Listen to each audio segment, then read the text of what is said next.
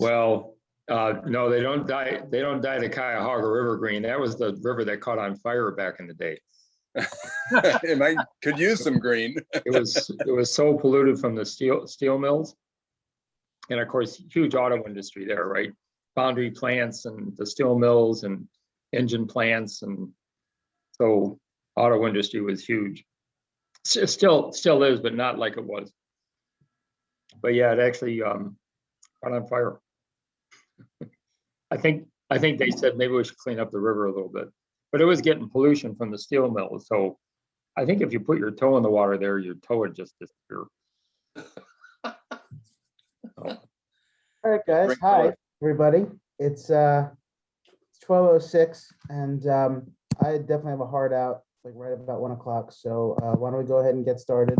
Good afternoon, everybody. Want to welcome everyone who's joining us for our weekly meeting, our bi-weekly meeting of the West Palm Beach Kiwanis Club. It's nice to see everybody. We have a great program today. I know everyone's excited to hear about what's going on with the West Palm Beach Fishing Club. Before we get started, why don't we begin as always with an invocation, and I'm going to ask John Inglis. Would you mind giving today's invocation? Hey, let's bow our heads, please.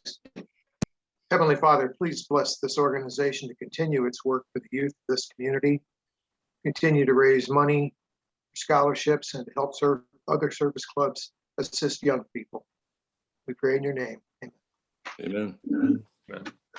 Amen. I'm using a new laptop, a new piece of equipment to try for today's meeting. So I'm not able, for some reason, I'm not able to get the Facebook broadcast going, but we are recording this, and we'll try to get that up on the Facebook page so that people have a chance who aren't able to make the meeting have a chance to be able to see it. Quick president's report. Look, things are continuing on.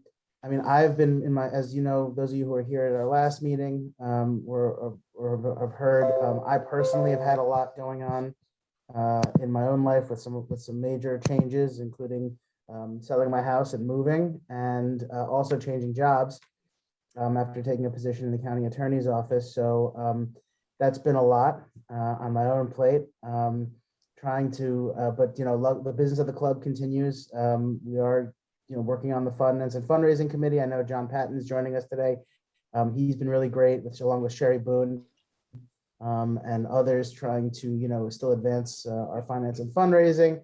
And we are working on things, for coming up, and also we've had a lot of good stuff. We've had new members join, people in the pipeline, additional new members in the pipeline. So the membership committee, Jay and Susie, are working hard on getting those people in and acclimated to the club and all that. So yeah, a lot of good things to report. Things are continuing on. I mean, hopefully everyone is either on their way to being vaccinated or has been vaccinated.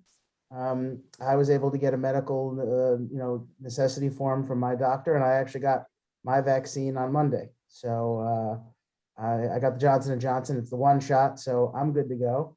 And hopefully sometime in the near future, as everyone gets vaccinated, we'll be able to start the discussions about when we can begin in-person meetings again. Which I know everyone's really excited to do. So yeah, the board will begin discussing that, in the coming, probably, I'm guessing no sooner than next month.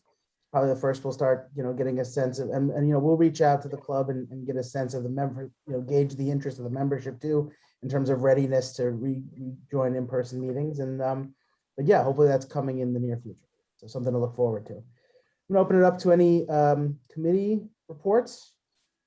Several committee chairs on here. John, were you just kind of moving around, or John Inglis, or did you have a report you wanted to share? Oh no, I just the usual hand ticks with the neck and the body aches. Right. You won the auction, John. Did I?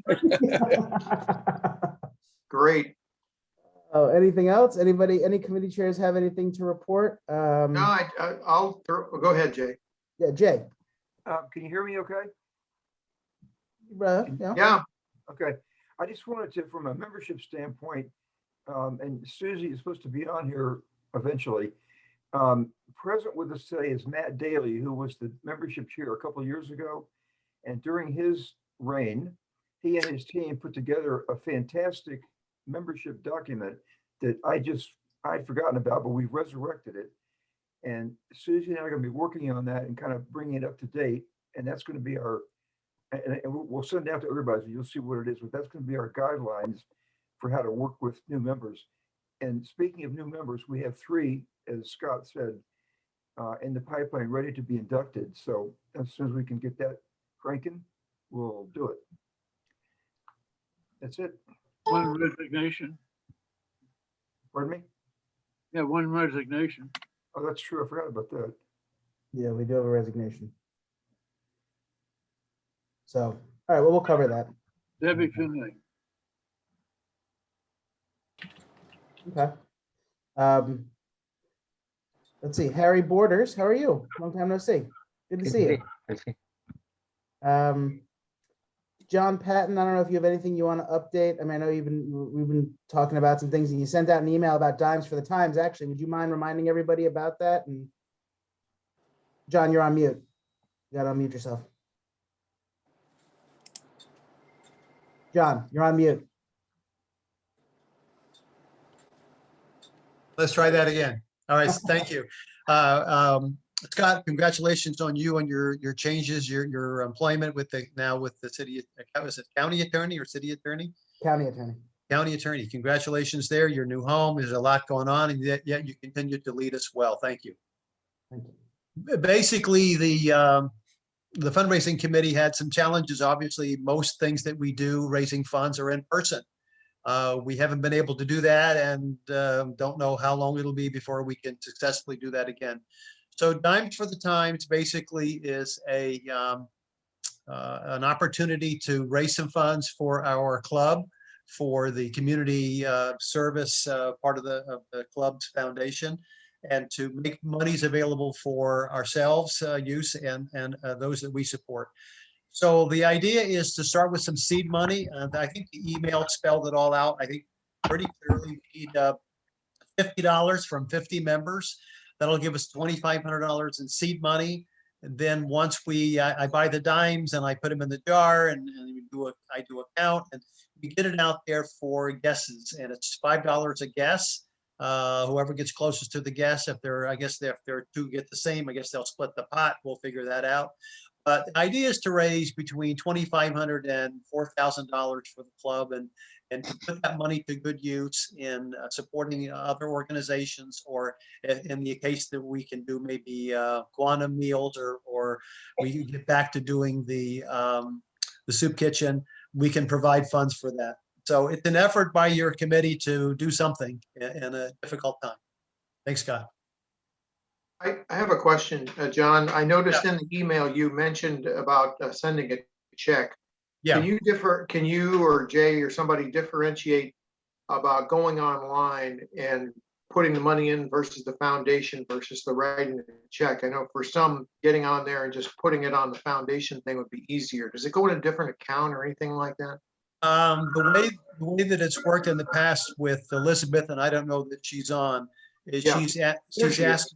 Okay, hi Elizabeth. She's asked me to collect the checks and then deposit them. I would go to the bank and deposit them into the foundation account for the community service aspect. So if there's an online process, John, I'm going to need some help in getting that message out. Well, I just looking at the foundation thing. Jay, is there a separation, or Liz, is there a separation on the foundation where you can put it in so it gets to the right place, or should we definitely write the check? Let me check with the bank, John. I know that there's a process where we can make deposits, but I don't know how easy it would be to track who is depositing. So give me a day to check with Seacoast, and I'll see what they have. Okay. I know they don't offer Zelle, nor Venmo, nor Cash App, but I have to see what their platform is, and then I'll get back to you and John about it. Yeah, I'm referring to going on the website where we go to our foundation. Jay, help us out on the portal Buzz, where we go in there. Even when you go to the website, you can actually make a donation on the Well, maybe website. it's, you know what, maybe it's QGive. Well, the QGive works with the invoices. So if you want to pay your invoice, you can pay it that way, and it automatically goes, it goes to the account. And then Liz sorts out if there's foundation money that's in there, she keeps track of that. There isn't usually much, so it's not really a big deal. So it basically goes to dues. All right. Jay, I like Jay's suggestion. We just invoice all the members for $50. Is that your suggestion? Is that your suggestion, Jay? All in favor, all opposed. Aye. Scott. Yeah, Harry? Oh, Scott, one thing. We made our check out to the club, not the foundation. when we That's sent fine. it. It'll end up in the foundation account in the community service either way. Yes, Harry's got something. I think he might. John, I just want to say, isn't it simpler just to do it in the general account? And then if there's expenses and all, you can write a net check to the foundation once we see if you got other costs and, and then for $50, it's not worth it for somebody to write it out to the foundation on a deduction if it's $200 or something.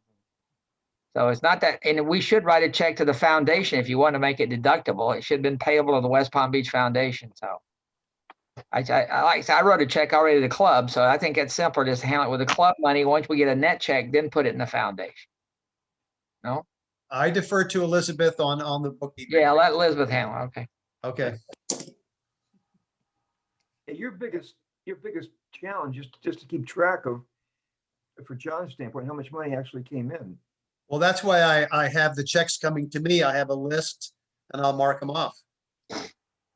Okay. That is the cleanest way, John. Otherwise, we won't know who sent it in because, if the check gets deposited and it's from a company, we don't know who the individual is behind the company. So it would be easier if we get any direct payment, then I can ask some questions about that. But otherwise, the checks make it clean and easy. Maybe a little more difficult on each member, but it's easier to account for it. Otherwise, I won't know who to done. I won't know who to done if I don't keep the list.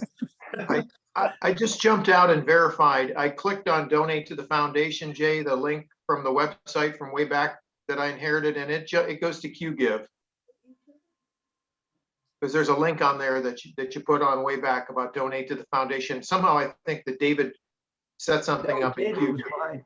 David was behind that because on the invoices, the money actually goes through Stripe. Okay. And it goes straight to the bank account. Well, that's what I was wondering if that's permissible. I'm just thinking a lot of people don't like to write checks nowadays, and it might be easier, but if it's going to be complicated, I'm going to just write a check.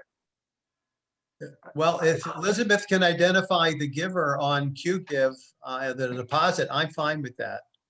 Well, I don't do that. David does it because he has he has a square and he gives Okay, me a report on QGive. Okay, David's out of town. I don't think he's on the call today. Is he? David, are you on? All right, No, he's we can not. address this. Let's do everybody do checks, and we'll address this when David gets back, because this would help us long term if we get this, because I've always been confused by it. All right, sounds good. Thank you. Let's move on. Thank you, Scott. Kinley, you have a goodwill report for us? Sure. So it's the afternoon after Halloween. A little boy is sitting on his step eating candy just as fast as he can unwrap it. A man passes by, sees what the kid's doing, says, "All that candy's not good for you. It's going to spoil your dinner." Little boy says, "Well, I don't know about that, but my grandpa lived to be 102. The man said, "Wow, you mean by eating candy?" Little boy said, "No, by minding his own dang business."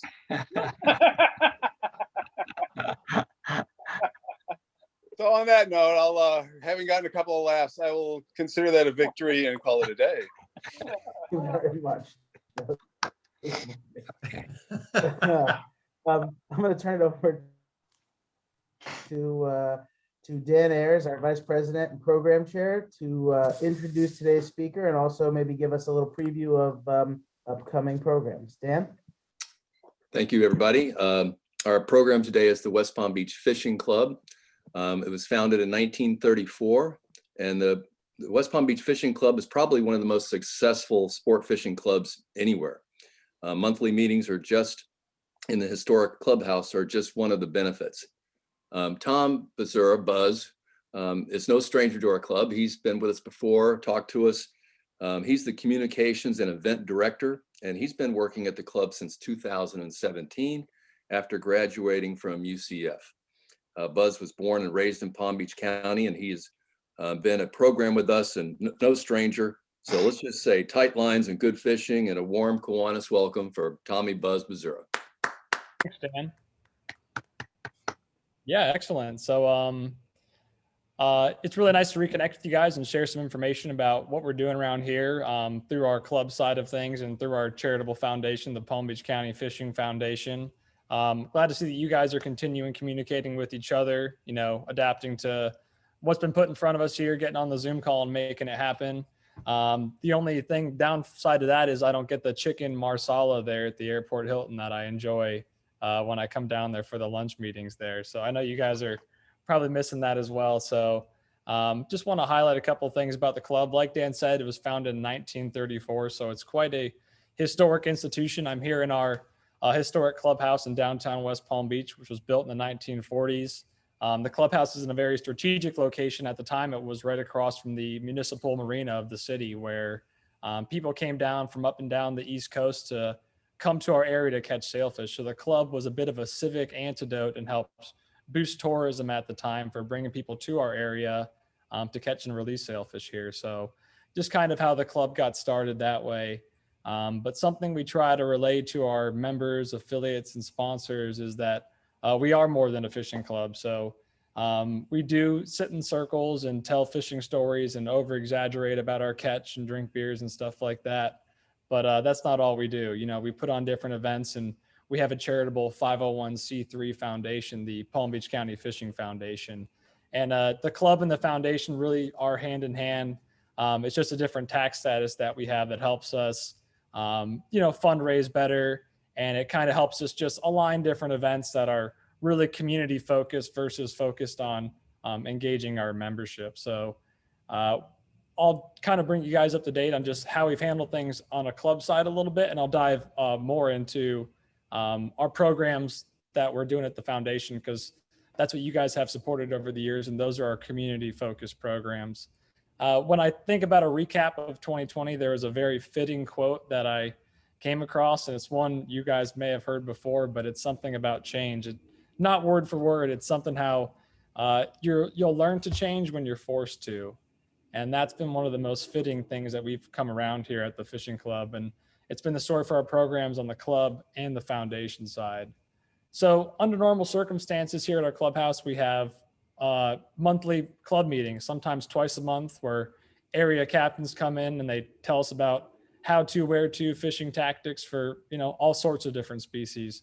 And the recipe for success for a club meeting like that is how many people can we jam in this little building here? And that hasn't been the MO this year by any means. So we've adapted in producing virtual club meetings.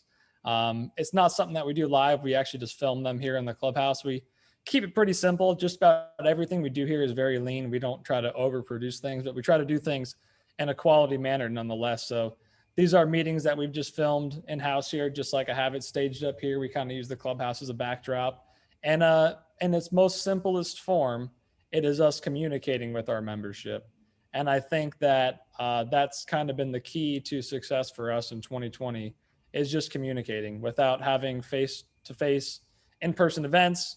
We had to have some way to let our members know what we're up to and make them feel connected to the organization. So these virtual meetings were really well received and still are. We're still producing them.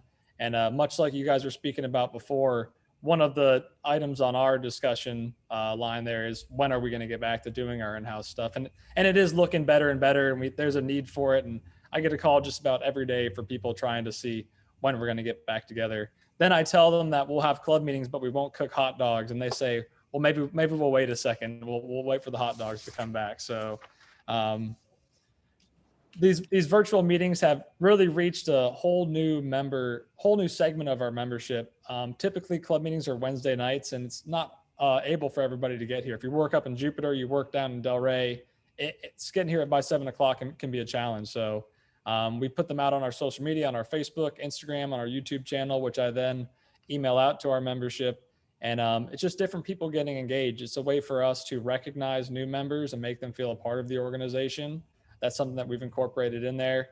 And just again, I think it's just communicating on what events we have coming up. So it's kind of hard to talk about events that you're doing when you're not doing events, which brings me to my next point. Something that we did is, for lack of a better term, we learned how to cut out the fat on some of our events and just bring the essential elements of those together to still have something to do, to still engage our membership in. So when you talk about a room full of fishermen and fisherwomen and fisher persons, all they want to do is fish. So this year we had these fun outings that we called pop-up tournaments, and we call them a pop-up because we pick them. So let's say, for example, the month of May, we have a good migration of blackfin tuna that come through. And the month of May was our May blackfin tuna blitz. We did it last year. We're going to do it again this May. And there's certain weekends where they're biting and the weather looks right. So we put it out in advance, say May is our blackfin tuna blitz, just stand by. And when on that Wednesday, I see that the weather that weekend looks nice, I know they're fishing, we say that's our fishing weekend. So there's the pop-up aspect of it. These have been successful because we're capitalizing on what our membership's already doing. They're going fishing anyway. So all we were doing is providing the cash awards for 3 places, and I set up a scale at Sailfish Marina, and that was really it. So the event was virtual in a lot of aspects because it was very heavily promoted. I posted standings, I posted things that way where it made people feel like they were part of an event. It kind of created an illusion of a larger event, but really it was just me with a scale weighing fish.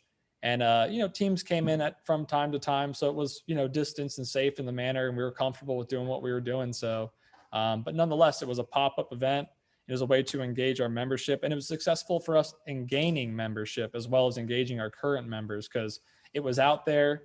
Like I said, people who were fishing wanted to fish. They were already fishing, and why not join the club to be eligible for these prizes that we had going out there? So, and we're hoping that in producing those events, it built up our membership so that these new members who got engaged in 2020 will hopefully become even further involved in the club in 2021 and attend some of our in-person events coming up later this year. So it wasn't a money-making year for us or event for us in a lot of ways on our club side, but it was a way for us to make sure that we were engaging members, doing something, staying top of mind, and actually gaining new members. So we actually had positive membership numbers through 2020, all said and done, which we were really pleased of there. So those are just 2 examples of how we were able to adapt on the club side.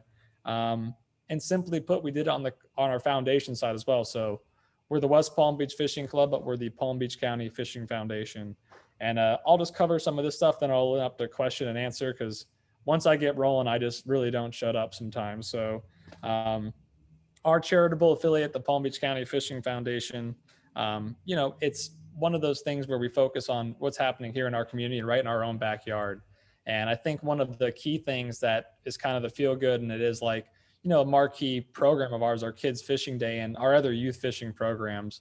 I think engaging kids in the outdoors and preserving the future of the sport, whether through just these educational programs or conservation initiatives, is a cause that's probably more pressing now than ever. And that same thing could be said for a lot of causes, but I mean, you guys see kids and how they engage in, conversation or lack thereof, and sit on phones and things like that. So fishing is one of those things where if you get kids engaged in it at a young age, no pun intended, they're on the hook, for life. And it really just becomes an addiction. And I see the industry and some guys that it's all they know and it's all they want to do as well. So it's a really good way for kids to get involved and appreciate the outdoors.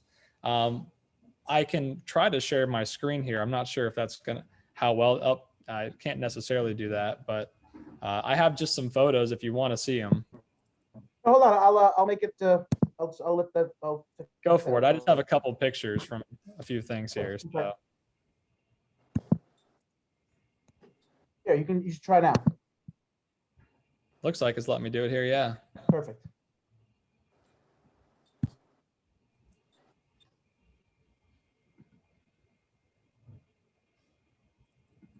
Is that working? Am I up there? Desktop share.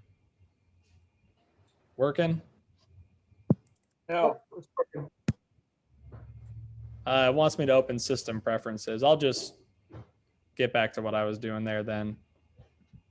I don't think it's allowing me to share my desktop with you guys. Fantastic picture. We see, well, The Just picture's me really here. neat. Yeah, of our marine yard sale. I'll just continue with what I was getting at there with you guys. So I would say that on our foundation side, one of the things that we've been really successful in doing this year, without able to have our normal kids fishing programs, is just pivoting and adapting certain aspects of that. So the one thing that we found was really beneficial to us was our rods and reels for kids program. This is a program we've done for years and something we put a stronger emphasis on this year, because a lot of these youth fishing programs that we were working with, we weren't able to go into these youth groups or work with these youth groups because some of these summer programs didn't even happen. And we literally distributed hundreds of rods and reels to kids in 2020. And when it comes down to the bare bones of a youth fishing program, there's going to be no youth fishing without the kids having the proper tools for it. So we were able to coordinate with youth groups that we did existing stuff with, and we kind of furthered our reach with communicating with just different people, doing call to actions of radio shows we were on and different things, and just putting the word out there and really making sure that we were able to distribute those rods and reels. A second aspect, the thing that we do is our SALTY program. It's a really fancy acronym. It's Saltwater Angling Lessons and Techniques for Youth. And that program focuses on kids who are really into fishing already. And we teach them advanced rigging techniques and fishing techniques. And under normal circumstances, we gathered here at our clubhouse. So just little things like I talked about, pivoting the event. This year, we didn't have all the kids come together because, they don't all know each other. The kids ages 12 to 15, they come with an adult chaperone and they don't know each other, and they get in like little groups of 4 or 5 and they rotate through stations. We teach them how to tie knots and rig ballyhoo and rig a sardine and spool up the rod and reel. So it's a very extensive hands-on program, and it's hard to do hands-on programs that are safe and socially distanced. So what we ended up doing was eliminating the first day of the event and just doing the second day fishing program, but actually spooling up and rigging the rods on the upper level of the boat in the open air. So just little things that we realized, but nonetheless, we still got kids who were into fishing, offshore fishing, with a parent and chaperone. And oftentimes the parents learn just as much as the kids do. So we're really happy that we're able to still produce that youth fishing program. And this is kind of a call to action too. If you guys know of any kids that are in that age range, 12 to 15, that are into fishing, and or a parent that has kids that are, boys or girls that are in that age range, we got that program coming up here later in June. So definitely feel free to reach out to me if you guys know kids in that age range that are able to do something like that. Hey, circling back to our rods and reels for kids program, I thought this would be something cool to bring you guys up to speed on. When I was last at the Hilton there with you guys in 2019, there was a young lady named Katrina, I believe, for Covenant Villas out in Pahokee area. She spoke about some of her literacy programs, and her and I connected, and we got her involved in our rods and reels for kids program. So those rods and reels goes to different youth groups, but hers was an incentive program for kids that were it was a literacy incentive program where if they read, they got different prizes. So even that way, we allowed her to use those rods and reels as a prize for their literacy program. So I was able to connect with her. Just one example of the several youth groups that we were able to connect with and distribute those to. And then lastly, as my last program I'll talk about on our foundation side, part of our mission statement in our foundation is talking about making an lasting beneficial impact. And nothing lasts longer than concrete. So that brings me to our next thing here is our Reef Dart initiative, which is our artificial reef program that we've been doing for the last several years, and something that we were able to do in 2020 because really it's just Tom Twyford, our club president, a couple of community partners and donors and stuff, but it doesn't involve big segments of our membership to get programs like that done. So we launched our 4th round of these Reef Darts. A Reef Dart is just a fun name for it's a telephone pole. But it's a dart because it sits up in a vertical orientation in the water column. So it creates this high vertical profile, which is very attractive to fish in the water. We launched our fourth round out in some 500 feet of water. It's the deepest permitted artificial reef in Florida. Some of these can weigh 8 to 12 tons. They're massive. They're massive reef darts. And we launched 40 of them in 2020. Something we were really excited about is we got some underwater footage from our early site. So we work in partner with the county and other programs. They wanted us to put our first rounds in shallow water so they could be monitored. So we put 2 rounds of those in about 104 feet offshore here, just north of Palm Beach Inlet. And we have found, you guys should, if you're on Facebook, follow our club on Facebook or Instagram. We'll have a video coming out soon. But some of just the coral growth on the concrete is just really impressive. And we have a variety of different species, from snappers to groupers. I think every barracuda in Palm Beach County is on those reef darts in shallow water there in 104 feet. And they have just really done the job. Everybody's home. It's a variety of species, and it's just proven to show how much habitat it's providing. And those deep water sites that we put out there are intended to create habitat for overfish species that we don't necessarily catch here, like groupers and snappers, some of the different strains of that. So that's kind of a lasting impact, like we talk about, preserving the future of fishing through conservation initiatives like this, or preserving it through some of our educational programs like our Kids Fishing Day or Salty program. And the one thing that we preach to the kids is no habitat, no fish. And just really simply put, if those kids can walk away from one of those programs and understand the importance of conserving some of our saltwater resources here in a ever developing Palm Beach County, I think we've done our job. So that's just a little spiel about our foundation and club side. And I'd like to open up to question and answer. If you guys have any questions for me about how we're operating or some of those specific initiatives, fire away.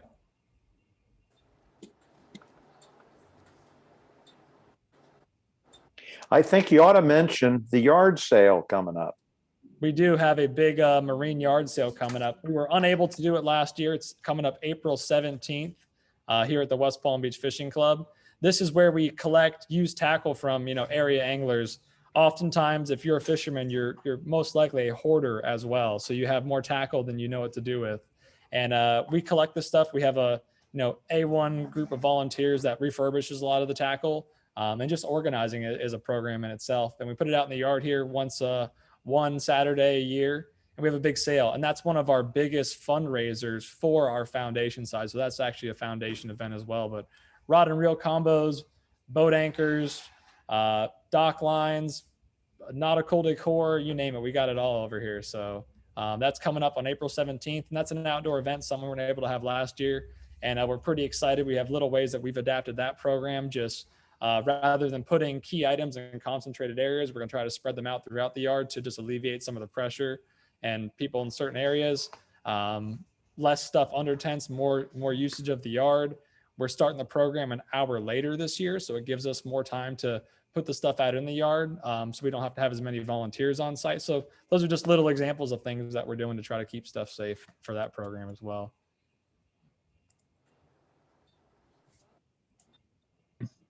Just kind of curious. I enjoy, eating seafood, right? And you mentioned grouper, snapper. Pretty local fish.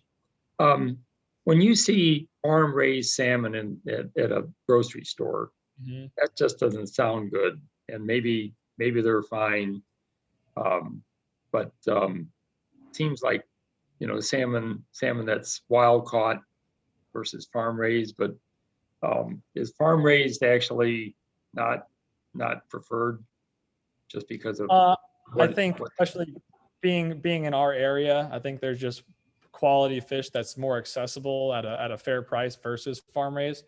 I don't know all about that stuff. You probably just as good of a knowledge about the actual farm raised process because it varies from different fish. I know they have farm raised shrimp, and I'm sure the process for that is a lot different than something for like salmon. So, but being in the area that we're in, there's just too many accessible opportunities for fresh fish to be reaching for something like that. And even so wild, caught salmon at Publix even, so. Yeah, it's all local here.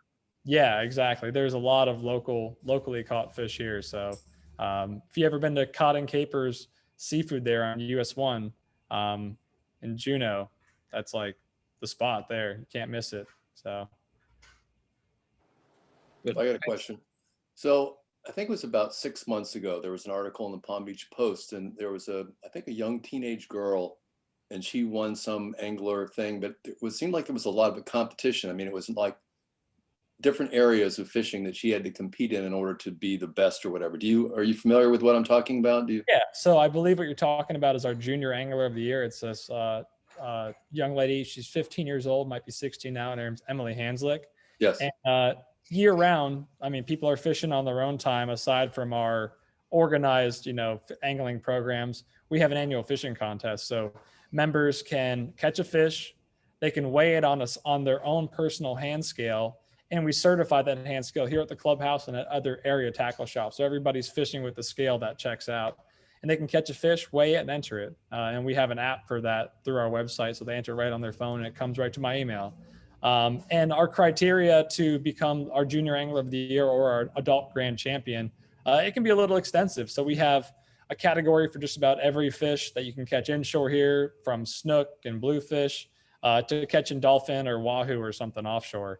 And we break up offshore and inshore into two different categories. Then we break those categories up into different tackle classes, whether they caught it on lighter line, like an 8-pound test, something would be a real challenge to do offshore for a larger dolphin, or if they catch it on, 30-pound, heavy braided line with dead bait. So for her to accomplish that, she had to have a couple winning fish on the board, catch a variety of different species to even qualify, and then catch them in different tackle categories, which demonstrates angling skill. So you can't just catch all your fish just on heavy rod setups. Oftentimes you have to catch it on a spinning rod combo or a plug rod combo, or even a fly rod combo. So we try to keep our identity as a sport fishing club. The more and more the trends are to get away from, light tackle angling, but it's something that's really fun and something that, demonstrates angling skills. So yeah, she filled those categories and checked those boxes, and I think it was her third consecutive year winning that. So thank you. Yeah. Are there limits on some species of fish to prevent overfishing here in Florida? Definitely. We just commented on different regulations for new regulations for, I believe it's dolphin and wahoo, like I just spoke of. But some of the examples, so here's a great one for you, is sailfish here offshore. It's probably our most prized species we have offshore here. It's, it's in the city logo for just about every coastal, community here in Palm Beach County. And sailfish, you can harvest the sailfish with a highly migratory species permit, and that has a minimum size as well, but it's just not something people do in our area. And that's something that the West Palm Beach Fishing Club had a large role in. In 1938, the club was the first people to start practicing and promoting the use of flying a release flag for a sailfish, and that was 1938. And there was no talks of conservation in 1938. And now that practice is something that's practiced worldwide for a variety of different species of billfish. So there are different bag limits for fish. There's minimum size limits for fish, and there's closed season for fish. And then there's species like sailfish where, the whole identity of the fish is catch and release. It's how many you can catch and release in one day. The other species I would mention that's probably really notable for our area is our snook. It's probably the best inshore fish that we have here, and they're phenomenal to eat. So my understanding about snook is, I don't know the exact scientific term, but they're born male and they turn female as they get older with age. So when they're within 28 inches and 32 inches, that's the slot for harvesting a snook. And they say when they're in between that age range, they're primarily half and half, male and female. So a fish that's over 32 inches is a big female breeder. So that fish is not harvested. And then additionally with snook, they spawn in our inlets here. And people fish from the Jupiter Inlet and the Palm Beach Inlet during the summertime. And it's a really productive way to catch those fish. But that's when the season is closed for them as well. So there's a closed season for them when they're predictable in the inlet there. So it's fun catch and release. And then you can harvest them within that slot limit with a special permit as well on top of your fishing license of a snook permit. So those are two very well managed species here in Palm Beach County that anglers enjoy. But yeah, there's minimum size limits and bag limits for just about every fish you can catch offshore around here. Interesting. Yep. I got a question. What's the status of our lionfish problem that we're having? I'm not very aware of that. I still see programs where they have lionfish contests for it. I can tell you that there's some still offshore here in Palm Beach County. I can tell you because I've seen them on that shallow water site of ours, like I was telling you about. I just not as over educated on that as I should be possibly. So I don't want to speculate, but I have seen them there. Was it 100 of them? No. So I'm not 100% sure on it, but they're not totally gone, and they don't seem to be overwhelming though, nonetheless. So Thank you. Yep. Thank you. I have a question for you. Sure. So, how did you guys do how has it been going with the fishing with the kids with with COVID and all that? I mean, how have you guys kind of managed those, what protocols did you guys put in place? And I mean, how have you been able to continue that program during the pandemic? So just one of the examples I gave is that we try to shift most things outdoors. So that's one thing that we're kind of lucky in, that our industry is primarily outdoors, which is already just one thing that, enhances the safety of participants. We cut out some of those programs, put them outdoors. And then, some of the stuff that we were unable to do was our marquee kids fishing day. We weren't able to fully produce that event. We did it in smaller shapes and forms. And we have ideas for it going forward. But so we've just tried to, part of that was, like I said, we tried to put the tools in their hands, working with different groups, distributing our rods and reels. But as far as the programs like our Salty Youth Fishing Program, which we did produce last year, we just spread it out a little bit more. You eliminate 2 participants and make it, instead of 1 course, 2 courses, do stuff outdoors. We had a sponsor come on board that provided all face masks for kids. And we were already working with a limited capacity because we hire an area drift boat, which is part of the identity of the program too, is to kind of stimulate the industry and provide business for an area captain. So those are just 2 examples. Typically in that program, we have Jimmy John subs. And this year what we did the same thing, but we got them put in box lunches that way versus having it grab and go. So food is a big thing when it comes to fishing, and getting stuff separated into individual box lunches has kind of just been helpful in that aspect too. Some of the stuff is pretty obvious, but I'd say the simple answer to that is we're just kind of lucky that we're outdoors with our events. And then just limiting the volunteers that we have for those events, and letting professionals handle different things. Like I know with our upcoming fishing tournament, we're not the ones serving the food. We have the professionals that, they have all their plexiglass and gloves and masks and those things. So yeah, that's kind of the simple gist of it.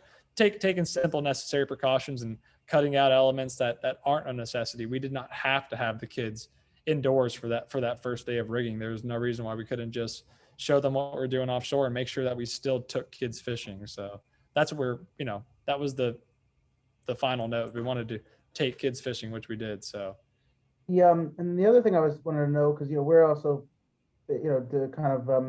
facing a similar type situation like you mentioned earlier. I thought it was interesting that you noted that since you've gone to virtual meetings, that you've been able to reach a broader audience. There are people who may not have been able to make the in-person meetings, but are now able to participate because they're online. So going forward, when you do return to some in-person meetings, do you have plans in place to continue on with some sort of hybrid model, or still providing for virtual programming to allow you to continue to engage with those people who can't make it to the in-person meeting? Sure. I'm laughing to myself because it's like every day I talk to somebody, they're like, oh, you're going to keep those up, right? I like regular club meetings because all I have to do is put beer in a cooler and go to Sam's Club in the morning and get hot dogs. And so producing these virtual meetings is, it takes me several days of editing. So it's a lot more extensive that way. So with our normal schedule in the summertime, our normal schedule, we have, I work almost every weekend in June and July between we have 2 salt deep fishing programs. We have our kids fishing day in July. We have a full moon wahoo series in June and another kingfish dolphin wahoo tournament in June. And then we pepper in a pop-up tournament as well on a different weekend. So our in-person schedule is pretty heavy during the summertime. But I see the need to do some kind of hybrid like you're speaking of. And I think it's more than just, people have for years been asking, even before the pandemic, for us to record our in-house meetings. And they don't, in my mind, they don't really convert to a digital format, because it's just, people ask questions in the back of the room, the speakers up here. It entails a lot of audio and video upgrades to make it done right. and it just doesn't frame up. Oftentimes they're holding a little lure like this, they pass it around the crowd. So do I see that being something that's really beneficial? I don't know. But part of why I like the virtual aspect of it is like you mentioned, you picked up on there, is the reach that it has and how we're reaching members. So I think that in 2021 here and 2020, people like to consume their information in a video format. So our meetings now have been anywhere from 20 minutes to 11 minutes long. So they're a bit extensive, and that entails us, diving in on what's coming up and what we've been doing. And it has a lot of different photos that we share and videos that we share. So those are extensive, but I think there's going to be opportunity for us to do a much more abbreviated version. In my mind, it would be anywhere, 2 minutes long. You guys are getting like exclusive behind the scenes club info here. This is me basically thinking out loud. But I think that something like that is a way to speak to the membership in a virtual format. It's something that can be shared on social media and shared in an email blast. But yeah, it would essentially be a form of communication. Right now, I think our events have a certain entertainment value to it. You lose that the more you shorten the event. But I think that, and part of the reason why I forgot to mention this, why we don't really record all of our normal in-house meetings, is we like to create incentive for people to come out to the clubhouse and put meat in the seats for our guest speakers. It kind of makes it worth their while coming out. But simply put, in order to capitalize and continue that reach, I think we will do some kind of virtual format, because I think a video format is just a great way of communicating with membership. And what we've been going through, communication just has been key. Relaying stuff to people has been really important. So yeah, some kind of hybrid for sure. Thank you very much. Does anybody else have any other questions for Buzz? Okay, no, well, listen, thank you so much for joining us today. We really appreciate it. Dan, did you want to, let me turn it over to you. Do you want to let Buzz know about, something we've got coming for him? So yes, so thank you very much, Buzz, and we will continue. We will send you a check. I don't know if Elizabeth, I've sent an email to her, has already got it out, but we thank you very much. We love supporting the club, and we'll try to keep doing that in the future. Awesome, Dan. Thanks everyone. And something that I try to tell anyone who supports the club is, again, simply put, we are doing stuff and we continue doing stuff. And I feel like we add something new to our schedule every year. So as much as we try to, keep the same programs going, keep those quality programs going, we keep adding stuff on. So when the money comes in, we keep doing things. And simply put, you guys are fundraising and supporting organizations like ourselves, and we appreciate it. And we're just doing good work, and your guys' support means a lot to us. So thank you. Thank you. And we really appreciate all the work that you do with the kids in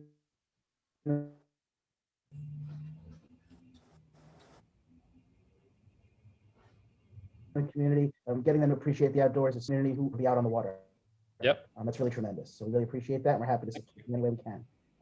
Encourage everyone to go check out that yard sale they've got coming up as well, and help support the West Palm Beach Fishing Club and pick up some cool gear at a relatively discounted price. And so we have another meeting coming up March 31st, right, Dan? With Yes, another March exciting 31st program. is peacepalmbeachcounty.org. Kaylee will be our speaker, and I'm still open on the 7th, or no, I'm sorry, open on the,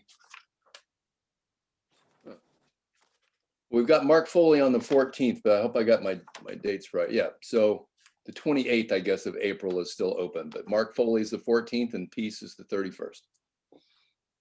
All right, great. Well, so until the 31st.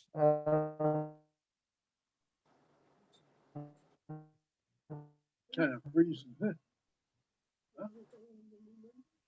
Peace, everybody, and we'll see you then. Take care, everybody. Thanks, Scott. See y'all. See you guys. Bye for now.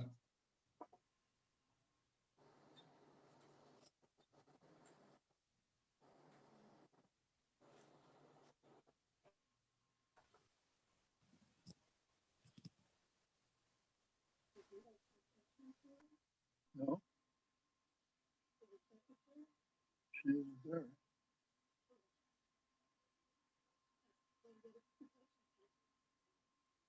Got the message.